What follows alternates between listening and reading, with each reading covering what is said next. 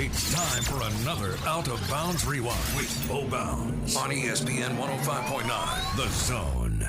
With the offensive line, is it that they're more road graders and they're just not set up to do this? Or like you mentioned a few minutes ago, you need to give some of these guys time, like Charles Cross and some others, to figure this thing out? Or is it the splits? What do you see on film, Matt?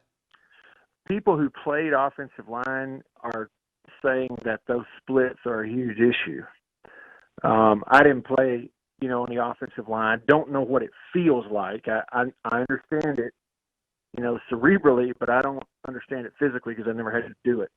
People who play on the offensive line tell you those splits are a problem unless you're like an elite pass blocker, especially out on the edge.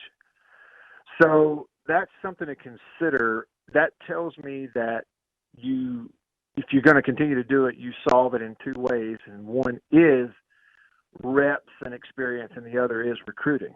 Okay. So, but if you go to that, I was talking with Neil Price it was either during a break or it might've been after the game, but it was just kind of one of those think out loud observations, Bo. But I said, one thing about it, if you think about it, everybody on that offensive line,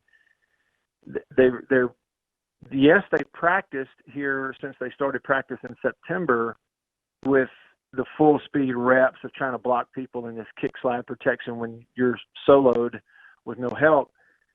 They practiced it, but really this is the first time in their careers they've ever done it. None of those guys did that kind of stuff in high school. They didn't play at high schools who threw it. None of them did. In fact, there are very few high schools who pass block like that. Sure. So, you go find somebody who's done it. Well, those are few and far between, frankly, at the high school level, certainly in the South. So they've never done it. They didn't do it in high school. They've never done it in their college careers. Now they're being asked to do it. And it hadn't gone too well the last few weeks. So against A&M, you switched it all up. You took Greg Island, who's been playing at guard since the change and since practice started. You put him back out there at tackle. And there were a couple of times in a game where they went right by and they lined up in that wide 9 defensive look, the Philadelphia Eagles wide 9 defensive look where the guy, you're already split out there really wide as a tackle because of these wide splits. And you look and that defensive end is lined up 5 yards from me, literally 5 yards from me to the outside. And he's going on this angle. I got to meet him on the angle. Well, if you haven't done that against SEC players, you can practice against it all you want, but games are different than practice. The game speed is different than practice speed. So I think it's a combination of inexperience.